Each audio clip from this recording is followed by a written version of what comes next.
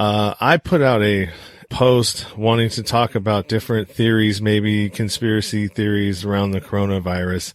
There's a lot of things that are going around out there, and lo and behold, the guy that I'm going to interview tomorrow, and somebody that I've interviewed before on my show, dropped that line like, "Hey dude, don't you think you should be looking at this instead of trying to spread like misinformation and just, your opinions of uninformed people?" And so I was like, "Oh yeah, shit, you kind of got a point there, buddy." But I still want to talk about it. Well, let's be clear. I am not a scientist. I am not really an expert on any of this. I just have a theory.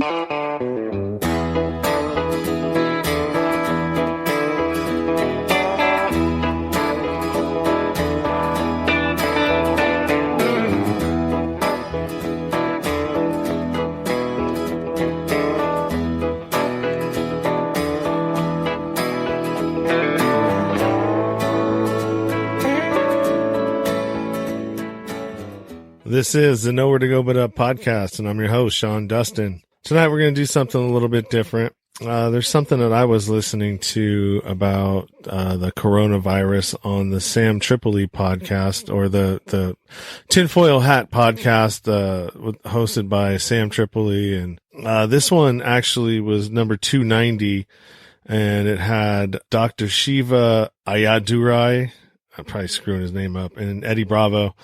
And they're talking about COVID-19. I'm going to play a clip that was pretty interesting to me when I heard it. Doctor, you put out a tweet a week ago or so that went viral, and it was pretty hardcore. You were saying what a lot of us believe, like this is some kind of like the media is blowing it way up. I mean, hyping the hysteria. And there's like some deep state element to it as well. Well, can you want to talk about that tweet or? Yeah. So I want to talk about that because when I define the deep state, right, I see it not in just some, terminology that, I see it as something very real that's occurred to this country, probably starting around 1970. In 1970, what happened was there was an amendment called the Mansfield Amendment. At that time, when the Vietnam War was going on, a little piece of a very large military budget was dedicated to pure science, Eddie, pure basic research, right? Now, that little piece of this huge military budget may seem fractionally small, but it was relatively massive in terms of money. So if you were a researcher at Princeton Advanced Institute or some AT&T labs, you got like money to go do some really cool research, Eddie, without having to go beg for research. You follow what I'm chasing money, writing up stuff. So in some ways, it was a very good era in research up until then. After 1970, when the Mansfield Amendment got passed, it basically said military research could not go to basic research unless it was for weaponry. So all that little money, which was a lot of the military, moved over to institutions that were politicized institutions, like the NSF, NIH, et cetera.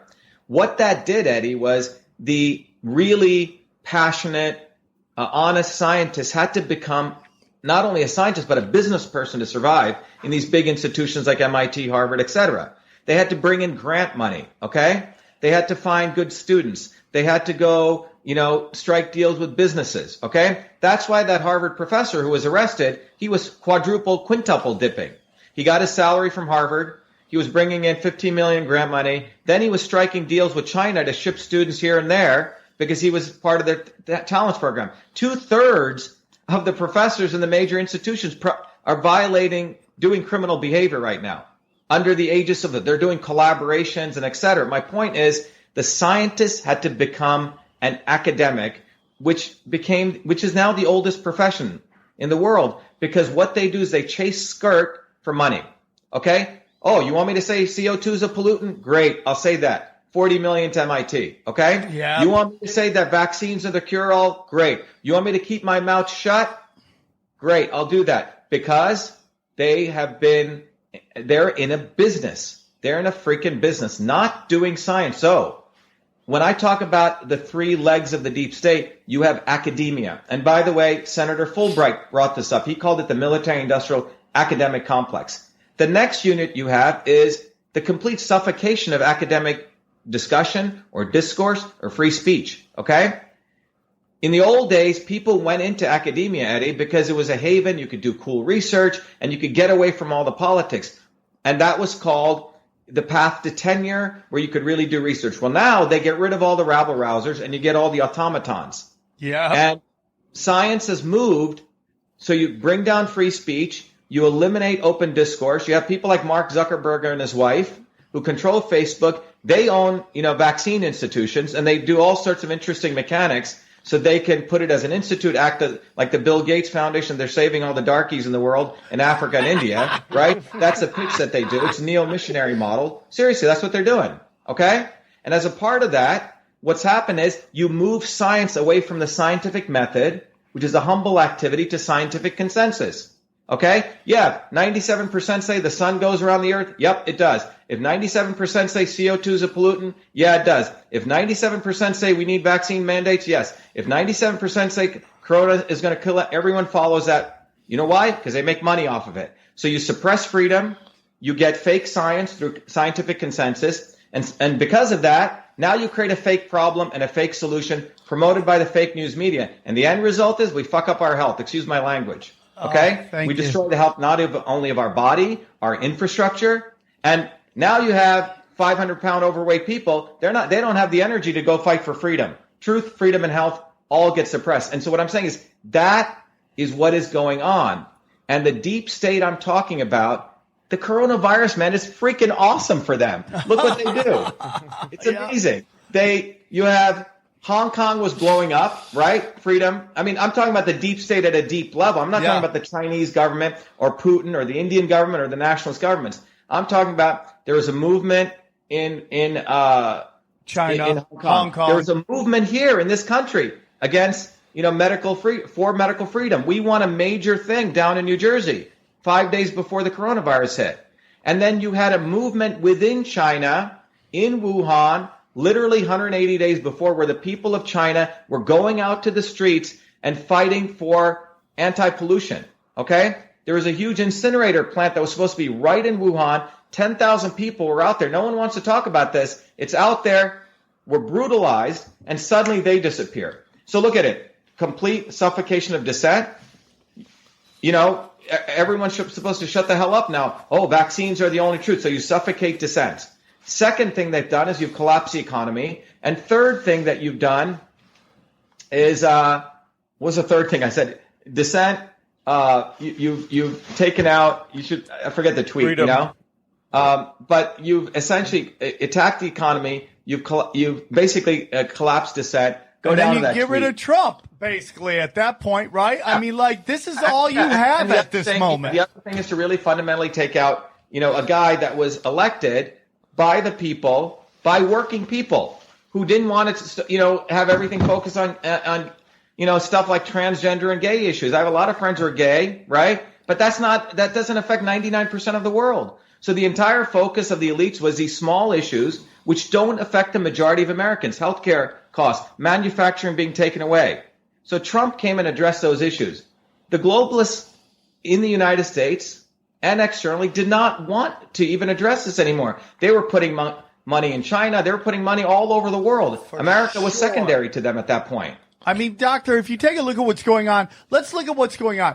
A couple places have been exempt from this shut down your business, right? Walmart, Amazon, everybody is at the news is all showing up to work. They're all collecting checks. I mean, if it's so bad, how come everybody at MSNBC and CNN are at work right now? What about the homeless? And what about the fact that they're having Super Tuesday today? And we have a candidate running for the DNC that is obviously senile, lost his mind against a guy. And listen, dude, I'm not a Bernie Sanders guy. I'm not at all. I think if Bernie Sanders made it up against Trump, he'd get the floor wiped. He'd get destroyed. But what we're seeing is a guy get kneecapped again. I think Bernie Sanders in on it because, he's been a politician Sanders for decades. is part of the not so obvious establishment. Okay? I agree, man. So, but we have a guy in Joe Biden that nobody has any faith in. And it's like, this is the guy they're going to try to get. He's number one. To the general, and then they're going to try to kneecap anybody who tries to take him out, too. It's so obvious what's going on right now. I got a question, Doctor. Back when the virus first hit and it was just in Wuhan, the mainstream media, they weren't going that crazy over it. But like on the underground, I don't know if it was fake or it was real, but there was a lot of videos being released that they're incinerating bodies and there's thousands of bodies that they can't cremate them fast enough. Everyone's dying. People are just dying. Was that faked? I don't know, man. I mean, it's hard for me to know because I don't have the data. But what I can tell you, I started looking. If you look at the SARS virus and the MERS virus, were supposed to be, they're zoonotic viruses, right? They go from a bat, right, to some intermediary. In the case of the SARS virus, it was a I think the dog raccoon. In the case of the MERS virus, it was a camel, and then it comes to a human.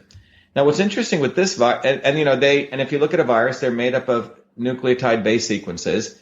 This virus has about 1,500 base sequences, and I read some of those papers that people.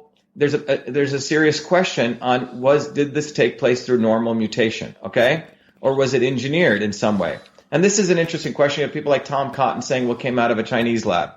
There's other reports that I've studied which are very fascinating because, and again, these are all unverified because we can't get access to the data, but it shows that there were 4 strains of the coronavirus. So imagine like a branch of a tree, 4 different strains. And if you look at it, the central branch was at Fort Detrick in the United States, okay, which is a biowarfare lab. So when I first heard about it, I said, wow, this is interesting. My first gut reaction was, I'm a, American nationalist, but did this come from the United States, okay? Because some of the data shows that they still haven't found patient 0, right? Meaning who first got it, if it came from a bat, who first got it, and then it spread to the other people. Out of around the first 41 people they found, 13 of the people, they don't even know where it came from. And that's why some people have asserted that it came from outside, okay? And the variety of the virus, the coronavirus apparently in Iran, is a little bit different, and same the one in Italy. So if you want to take the approach, again, we don't have all the data. Tom Cotton says it came from the lab there. But the issue is, it could likely have been engineered. And what's interesting with this virus is, remember I said you have the big bubble and the virus sticks to it? Yes. I've said this from the beginning, is that it's clear this has a higher infectivity rate, right? But a lower mortality rate, right? SARS had, I think, 15%, MERS had 40%. This says we don't know what it is because we don't fully know the denominator yet. But it's clear it infects faster, right? Which means that when it or nature, whoever engineered that protein, it sticks better. That's what's called the right? Because if it sticks better, it can take over the molecular machinery and you get infected. So it's clear that it has definitely a higher infectivity rate, a much higher infectivity rate. If you want to take the conspiracy theory, if you wanted me to conjecture that, so I look at it this way, you know what? We want to get this guy Trump out. Okay, this is a thought experiment, okay? You have Bill Maher openly saying we're willing to take a recession on the economy. He doesn't give a damn about anyone else. We need a recession so bad to get rid of this guy, okay? Now, broadly, the elites who control the ebbs and flows of the economy, they didn't hit Obama with it, right? Yeah. Equally much worse virus. And remember, the point is, the people in power can control the economy. They can decide crashes when they want with how they manipulate monetary policy. Well, they didn't do it to Obama, but when Trump comes in, they do it now. And that's why I call this biomedia warfare. It's biology mixed with media, and it's warfare on a sitting president, in my view. So if people want to argue with me on that, we can. But I see this as a way to take him out, meaning destroy his reputation and everything before the election. And I think what Trump's trying to do right now, he's trying to bring back manufacturing, protect IP. He did the quantitative easing, which is a crack addict model, because he has no choice to hopefully keep this until the election. And that's what you have taking place. How much can we destroy the economy so Trump goes out and, like you said, the corpse, Biden gets in, or Kamala Harris, which was always a plan of the Obamas. The Obamas love Kamala Harris and Biden, okay? That's been set. You know, families run Washington, D.C. A good mentor have told me, you know, the Clintons, the Romneys, the Bushes, Obamas, you know, it's families who run Washington. So Obamas believe they should anoint who the king is, and they want to anoint, what I've heard is Kamala Harris and Biden. Okay? Yep, that's coming. Now I got a question for you. Earlier you were talking about how scientists had to become businessmen, and you said, you want me to say CO2 causes global warming? I'll say it. So this is pretty interesting stuff I listen to, especially on this particular podcast. This guy's got a lot of good guests on his show. You know, the one with the doctor that we just listened to. You know, this guy is actually running for a seat on the Senate as well. So, I mean, when you have somebody who's, you know, a doctor, somebody who's respected, and then B, someone who's going to run for a seat in our political system, I'm listening to him. You know, it seems credible to me. And especially, you know, with this, Sam Tripoli, he's a comedian, but he's also, you know, he's got some pretty well respected people on his show has, and a lot of the content that he's putting out is really interesting. I mean, I don't buy into all of it, but there is some interesting stuff that is coming out of this podcast. So anyways, this is going to kind of merge in with a interview that I had with a lady named Adrienne, and she's from Washington, and we talk a little bit about her thoughts on where some of this came from.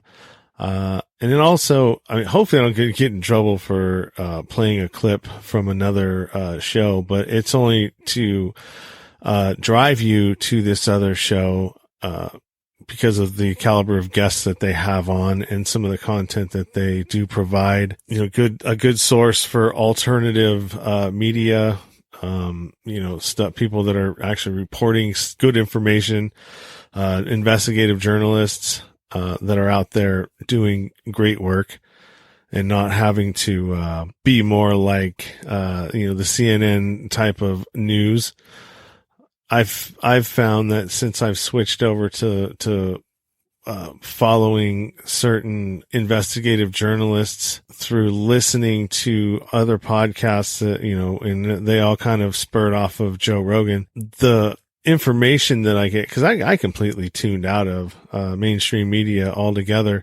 And sometimes I'll watch the news, but mostly what I'm watching out here is I have antenna. And so, I mean, you still get some decent channels just on a regular antenna or digital antenna. But I mean, I watch PBS, and so, I mean, that's kind of, to me, that's a little bit better than, you know, because it's not as slanted either way. It's more down the middle, just reporting what's happening. So yeah, I definitely don't subscribe to mainstream anything. Anyway, so we talk, and she gives her views on some stuff. It's about a 30-minute interview, so hope you enjoy it.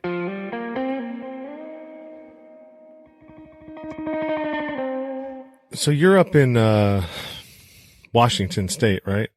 Yeah, I am. I am in a suburb of Seattle, and it has been nutso. Yeah, tell me about that. Yeah, so I think we felt here the impact of it a little before the rest of the country started to realize that this was spreading a lot faster than we expected, and just started to kind of self-quarantine just by ourselves. Luckily, I work from home, so that wasn't a huge hardship for me. Not nearly as much as a lot of people, but it's definitely been weird. Yeah, I wasn't that lucky. I'm one of the ones that has to, I work in construction. So, I mean, there's no working from home. Right.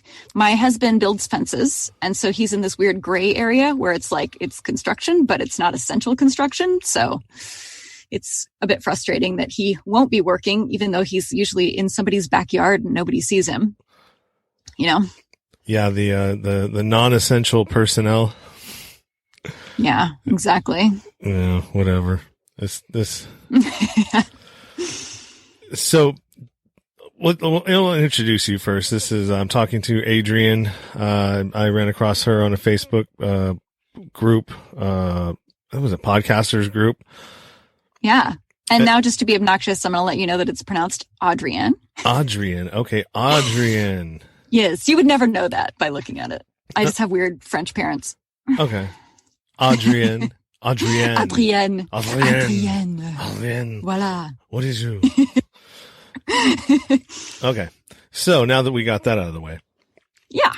We met in a Facebook podcasters group, and you have a podcast, right? Or no? I do. It's called That's Aloud. ALOUD. That's Aloud. And what's that about? So I am a storyteller, and I'm also kind of a story midwife, and I help other people tell their stories, specifically the stories that they're not telling for some reason. That's interesting. So you try to drag. Drag. I don't know about drag. Their truth out of them. I invite them. I give them a platform to finally share something that they have not shared for some reason. And usually it's just because of some kind of emotional block around it. And so we kind of talk through that. But sometimes it's because they're just, you know, someone told them not to talk about this, or, you know, there's some reason that they've been holding this back. So we try to get at that, but it's also just kind of about teaching people how to tell a story, like what makes for a good story, how to trim it to a reasonable thing to listen to. Does that make sense? No, that makes absolute sense, because that's one of the things that people have the hardest time with is cutting to the chase. Absolutely. Yeah. I think people think, oh, you know, I've got this great story, but then when they try to tell it to you, it's all over the place. And my job is to help them get at the heart of that story. What is the message that you are sending? Who are you sending it to? And why does it matter to you? That's actually not a bad idea, because I get caught up in that all the time, especially when I go back. Yeah. When I first started doing this, I ran off of like 26 of them. And then I was like, all right, well, I'll just edit them and put them out. Well, first I wasn't editing. And then I was like, oh, there's a lot of So I got caught up in doing that and realized that takes quite a bit of time. And, it does. It really does. Yeah. So, I mean, it left me with like 6 hanging, that I still haven't done, but I mean, they're irrelevant by the time I got to them. You know what I mean? Like I hear that. Like 2 or 3 months later, it's not relevant to anything that was happening or anything that I was talking about at the time. Yeah. So, I'm glad that I don't have a current events podcast. I can just release them as they want to be released. Yeah. Well, mine's not really current events, but it was annoying to me as I was editing them and putting them out. And then I start listening like, God, that really sounded stupid the way that you said that. And you know what I mean? So I really, I totally do. I totally know what you mean. I don't know. I think part of me though gets to this point where I'm just like, you know what? It is what it is. Like sometimes I sound like an idiot, and kind of that's, I don't know, relatable, I guess. And I just leave it in. Yeah. Now when as I came back to it, and I'm like, all right, well, I'm going to start over again, because I had like a 3-month hiatus, and this is what I'm going to do differently. And I'm not going to care about anything not even the silly, technical issues that pop up sometimes when somebody will mute your Zoom conference because they're using their telephone, their smartphone. Mm-hmm. And, or there's a lag, or, there's all kinds of stuff that can happen on the internets. Yeah. So I just leave it in there. I'm like, screw it. Who cares? This isn't a professional production. No, exactly. So, which brings me to the next point as to why we are actually talking. I put out a a post wanting to talk about different theories, maybe conspiracy theories around the coronavirus. There's a lot of things that are going around out there, and lo and behold, the guy that I'm going to interview tomorrow, and somebody that I've interviewed before on my show, dropped that line like, "Hey, dude, don't you think you should be looking at this instead of trying to spread like misinformation and just, your opinions of uninformed people?" And so I was like, "Oh yeah, shit, you kind of got a point there, buddy." But I still want to talk about it. Well, let's be clear. I am not a scientist. I am not really an expert on any of this. I just have a theory. It is my pet theory, and this is just an opinion. So please don't, make any life choices based on this opinion. But my feeling is that the Earth probably just has a population control mechanism built in. That, when the population starts to boom, when you look through history, first we were hunter-gatherers and we lived in these little, groups, right? Far away from each other. And then we started raising animals and having agriculture. And because of that, our population boomed. And boom, you get the first plague.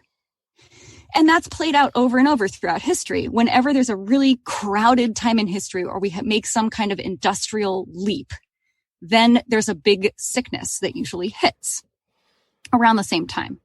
And I feel like, especially, when you look at climate change and everything that's been happening on the Earth, maybe it's time for the humans to be cut back a little bit, is what I'm saying. And I think that this is actually saving us too, because we probably had, according to scientists, about 2 generations left the way we were going. And now all of a sudden, everything's shut down. There's a huge drop in carbon emissions. There's a huge drop in pollution around the world because of this virus. So maybe coincidence, maybe by design. Who can say? That's definitely an interesting one. I mean, it makes sense to a certain extent. I mean, if there's proof, or if you look back in history and that's actually what's happening, I mean, it wouldn't put it past me. I mean, it's not. You wouldn't put it past the Earth. Yeah, I would. Gaia. Yeah. I mean, there's all kinds of weird things that go on in this world and that are unexplainable. Absolutely. We have no idea, or even the things that we do think we have an idea, it comes out, 10, 15, 20 years later that it's something different. Just like the amount of time that we've been here. I think the time has changed now, right? Because they found something else that dates back to even further than that. Yeah. And so there's a lot of questions. Yeah. And that goes into other theories. I mean, there's things that can't be, so one of the things that really trips me out, and we'll circle back around to what I think about the coronavirus here in a minute. Excellent. But, one of the things that trips me out a little bit is that when you don't have anything, like when you're up, I go up to the mountains like maybe once a year, and I've been doing it for the last 3 years, and where there's nothing. I mean, you don't have cell phone service. You don't have, none of that stuff. I mean, I have my phone there, but it's kind of worthless. I mean, there's nothing you can do with it. And so we were wondering, cause there's 2 ways to get up there. The first way that we went, was really kind of rough on my truck. And I was like, God, I wonder if the other way is easier. And, we'd been thinking about it for a while, but we didn't want to go and drive down that way and then get stuck down there. So we've just been thinking about it and thinking about it and thinking about it. And then, probably about the day before we were going to leave, a guy pulls up and pulls right around down into our little camp area. And he's like, because nobody can really get up there because you have to have a 4-wheel drive to even get to this place. Okay. So that limits the amount of people that can even get there. And so this guy comes and pulls down and says, "Hey, you mind if I pull my kayaks out here and go out on the lake?" I'm like, no, go ahead. That's fine. And I thought to myself, you know what? Maybe he'll know. And so I asked him about the other way coming down. He said, "Oh yeah, I just came up that way. And here it is here, blah, blah, blah, blah. You got to go do this, do that, do that." And so my point is whenever you're putting something into the universe and you don't have all of these external things, like radio waves, other things getting in the way of your thoughts and your transmissions when you're putting things out there. Yeah. We have a telepathic, kind of like we're wired to do that. Yeah, I would agree. But for some reason, somehow they figured out how to deaden it so it doesn't work, or we all just are in cities where there's just too much going on. But I mean, there's no coincidence when you think about somebody and then they call you. Right. Right. Or there's all kinds of different things. Like I've had other things happen to me where there's no way that any of this could have happened, unless there was something else happening. Yeah. Can I tell you something crazy? Yeah. So, when I was 14 years old, I had just gotten my period, which was a huge deal for me because I was like, all my friends had it and I was jealous. So I had a dream like a month later, and my daughter came to me and explained that she was going to be my daughter and what her name was. And then, lo and behold, here she is. She looks exactly like she looked in that dream. And how do you explain that? That's just bizarre. Yeah, I 100% totally agree with you. Yeah. So, the premonition dreams that we have, like, oh, I've been here before. Right. Because like right. you Deja just vu dreamed it. Yeah, yeah. You just dreamt it, 3 nights ago, and here it is. You're having it again. So yeah, I think that there's a lot about us that has been hidden. Yeah. Yeah, I would agree. That, what we are, what we're capable of, all that stuff, right. all that stuff that's hidden down in the basement of the Vatican. That's a good place to start looking. I've actually been to the basement of the Vatican. It's much more boring than you would think. No, well, they're hiding something down there. Oh, I'm sure they have like a secret area. I'm just saying, like, the basement is actually a bunch of like old statues covered in cloth.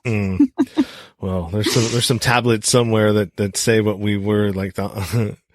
I don't know. I listen to these conspiracy theorists, or not theorists, but if you want to look at podcasts. Yeah, but if you want to look for that stuff, you have to go further back. You have to go to like the Sumerians, right? True. But I mean, where does all of that stuff end up?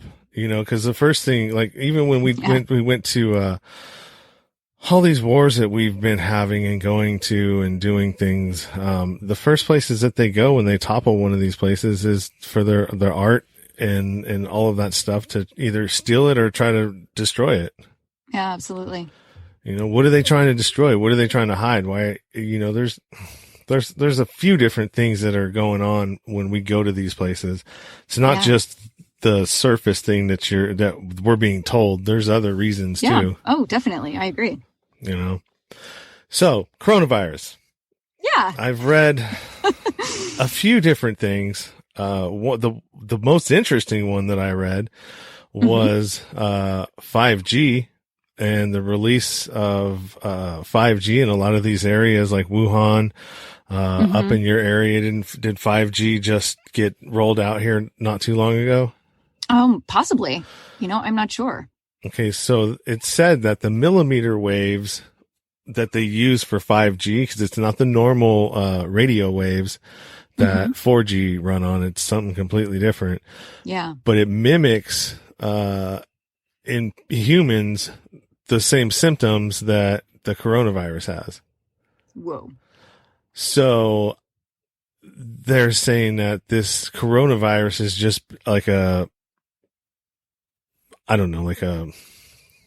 facade, basically, to hide what's really going on. I don't know if I buy that.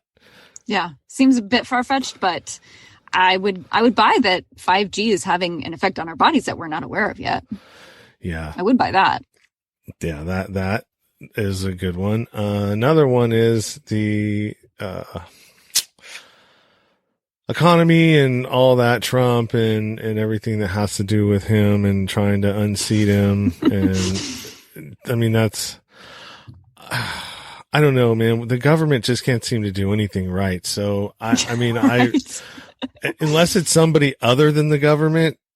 Yeah, like there's no way they're that well organized. No, It's just not possible. Like, especially not the Dems. Like, they don't play dirty enough for that. Like, they just, like sometimes I wish they would, but they just don't. No, you mean like Bernie, who's Joe Biden's my friend. We're friends, Right? Dude, the guy doesn't give a shit about you. Do you want to win or not? I was listening to Jimmy Dore and he had some funny stuff on him. Man, So politics. Yeah. Don't get me started. Well, I mean, dude, we have a perfect storm of things that are going on right now. Yeah, exactly. Yep. I mean, Perfect shitstorm. Yeah, it could spin out of control into something that none of us wants. It probably will. I just don't know the degree. I mean, I think this shitstorm has only just begun. I really think so. The virus one or the social one? All of the fallout that is going to follow this is going to be massive. Massive. And I'm not just talking economically. Like, this will change our system permanently. It has to. So permanently changing, meaning that the lights are on and people are like finally waking up and going, okay, I see the bullshit. None of this shit is real. You know what I mean? You've got the right and the left are both in collusion. They're both, there's no such thing as. I hope so. I mean, here's hoping that's what happens. That would be nice. I don't know, man. Instead of like roving bandits and, anarchy, chaos. We'll see. Well, I mean, look at all the people that are lining up to go get guns right now. I know. A lot. Everybody is going to arm themselves. Yeah. I mean, what I see coming is probably a civil war, which sucks. And I hate to say that because, I was raised Quaker and I hate war. But I just don't see another way for this system to like end. Do you know what I mean? Oh, yeah. You mean not without overthrowing them? Because you've got the Mitch McConnells in there that the only way that you can. Unless they all die of coronavirus, which, they're the right age. Just saying. Man, probably not. That's why they're still all walking. Not with our luck. No, they've got a cure and all of them have it. Yeah, exactly. That's why they're shaking hands with everybody. They're not doing their 6 foot distancing. They're all just, hemming and hawing over there, and trying to listen to that dude is very, very difficult. Like, yes. I think he's funny and some of the stuff that he says is funny. As a dude and a stoner, some of the shit that he says is hilarious. All right. And how he says it to people, like, I mean, I know why people like him, because a lot of people wish that they could just say the same shit that he was saying to some people. Right. Right. And like, I get it. Now, on the flip side of that, just trying, it hurts trying to listen to him go around and around and like going nowhere. He's like that busy guy at work that that doesn't do shit, but whenever you're looking at him, he's busy and just moving, he's frantic, he's doing his job. Yep. That's what he reminds me of. Yeah. It's all about him. It is all about him. Everything he does is about him. It's about his ego. It's about his, the way this makes him look. That's all he cares about. Oh yeah, I know. He's made that abundantly clear. Well, you saw that tonight. He went on a little tangent about something, and I was like, "What? What? Why are you worried?" Like, he gets so defensive about everything, and like has to lash out, or like put you in your place instead of just being like, oh, fuck you, whatever. Next. He's got a very fragile ego. Yeah, that's crazy. Yeah, there's way more things that are important than the stuff that he's choosing to harp on. Which I don't. Is that relief package going to help you in any way? Doubtful. I am self-employed, so I apparently don't count. Well, you were there's supposed to be something in there for you. Did you file your taxes last year? Yes, I did. So, okay, good. Actually, when I filed my taxes last year, I believe I was still at an office job. So perhaps that is how I will be. Yeah. So if your taxes last year in 2019, no, it has to be 2018 because our 2019 just got extended. That's right. Yeah, it's 2018. So your 2018, whatever your tax deal was then, if it was under 75,000, then woohoo, you get $1,200. Woohoo!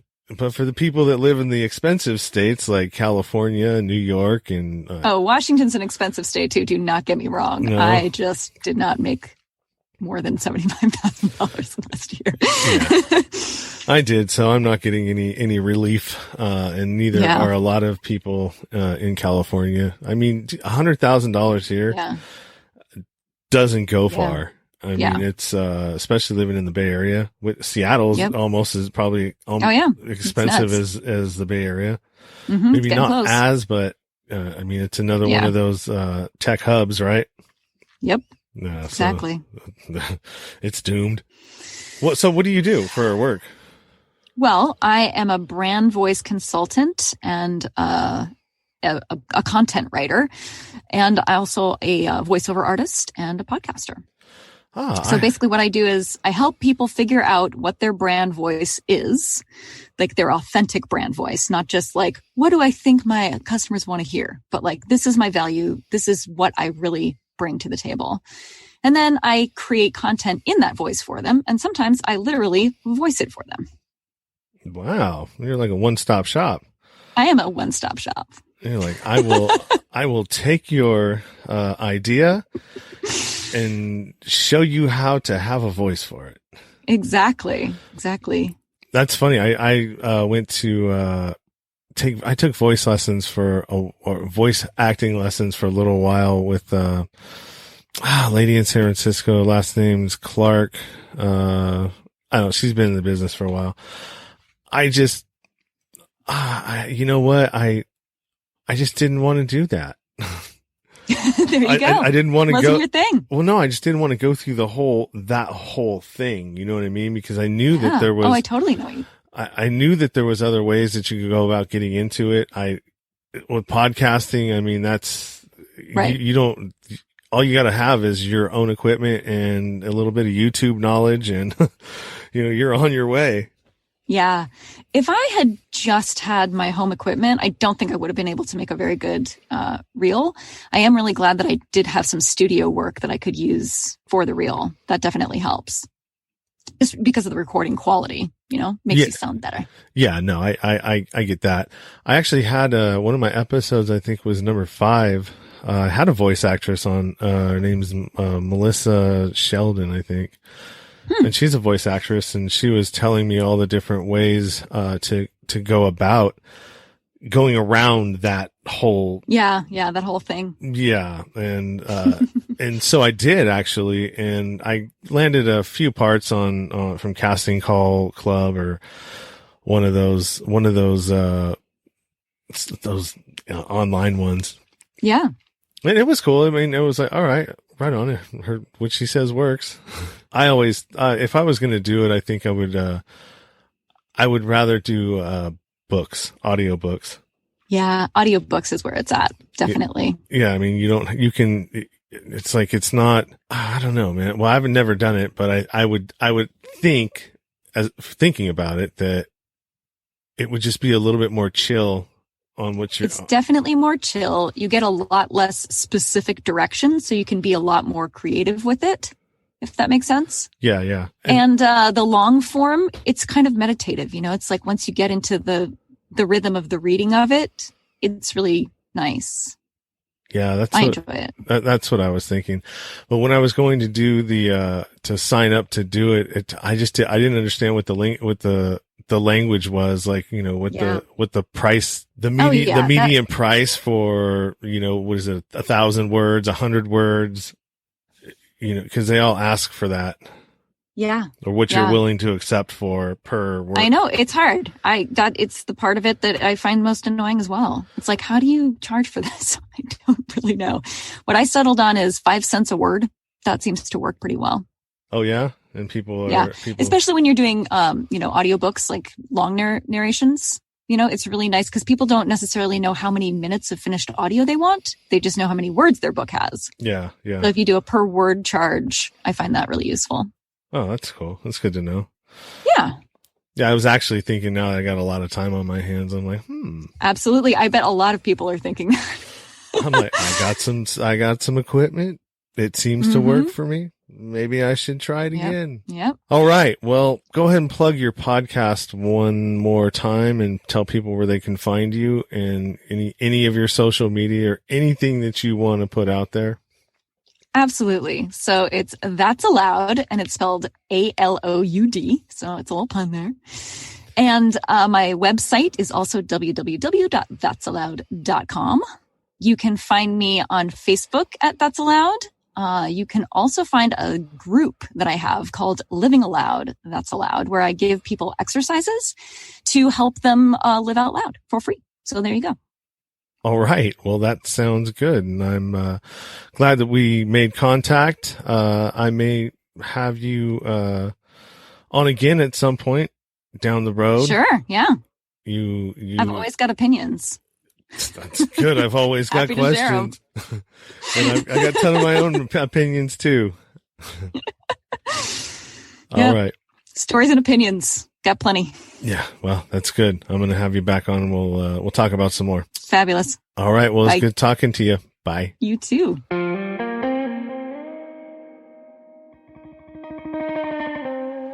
Thanks for listening to the show, and thanks to Adrienne. That was a fun conversation. Great voice, by the way, as well. It was easy to listen to. So, as always, you can find her information in the show notes. Anywhere that she's at and has shared with me will be down in the show notes, as well as where to find the clip that I shared of the Tinfoil Hat podcast with Dr. Shiva and Sam Tripoli and Eddie Bravo, and all their information will be in the show notes as well. The reason why I am sharing bites of different things that I listen to is that I think, to me, it's like I'm just retweeting, a podcast bite or clip that resonates with me or I find interesting, and I want to share that with the listeners out there. And maybe you didn't know about some of this stuff, and it might pique your interest, and maybe it won't. Either way, I think sharing information is how we're going to get through this situation that we're in, this time that we're in.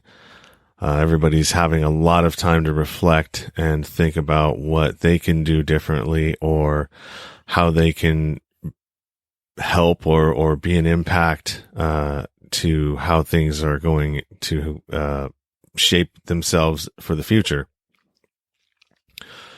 So I don't think that this is a bad thing. I think that if we use our time wisely and reflect on what we could be doing differently with ourselves, we have behaviors, all of us that are possibly not healthy or detrimental to yourself in some way. This is a good time to look at those things and see what you can do differently or how you can mitigate some of your own character defects, faults, stuff that you struggle with. And I think if we all use this time to reflect as much as you can, when we come back out of this, I think the landscape will be a little bit nicer to experience socially. And hopefully it stays that way and it doesn't, I know once things go back to normal and business as usual, hopefully we can carry this into that and continue it. So, there's going to be a few more episodes that I'm going to shoot out, after the first. I'm at my limit here for, I guess, how many megabytes that I can upload. So this will be the last one for this month of March. And then as soon as the first hits, I'll probably have, 3 or 4 more to drop as I'm continuing to find more interesting people to talk to randomly, and scheduled. Coming up, I have, one from another podcaster. I talked to a cellist, who had came up with some sort of disease that ended her career as a cellist, because her hand got tremors, and how she, got through that, and what she's doing to, help other people that experience, things like that. And then also from the episode 13, I'm talking again to Eric Maddox, and he checks in about where he is since we last spoke. What part of the world is he exploring now, and reporting on in things that are happening on the other side of the world right now. In Europe, I think, specifically in Greece or somewhere near Greece, is where he's at. And he checks in about what's going on in those areas as far as like the, refugee camps, in Morea. So that's a good one. I had a great conversation with him, and that'll be releasing as well. So plenty of stuff to look forward to. And like I said, I'm working, trying to get more people to come on the show and interview and share with you. And the last thing is how you can help the show.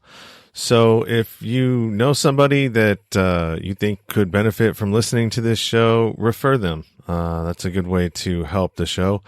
Another way that you can help the show is by going to iTunes or wherever platform that you listen on, and rate and review. Those are always good ways to help the show in getting ratings. Also, it actually gives me feedback as well as to how I'm doing, how this show is being received. I'd like to grow the audience, and I'm trying my best, so I gotta make sure I stay consistent. But I mean, we're at 2,500 downloads right now, so I mean, that's not too bad. We need to get them up to about 10,000, and then I can start having this thing pay for itself, and that would be nice. So anyways, if you want to help the show, that's a good way to do it. Actually, just go, if you want to get contact me, the best way to do that is through Linktree, and I will put a link to my Linktree in the show notes. As always, stay true to yourself, keep it 100. Everything else is just noise.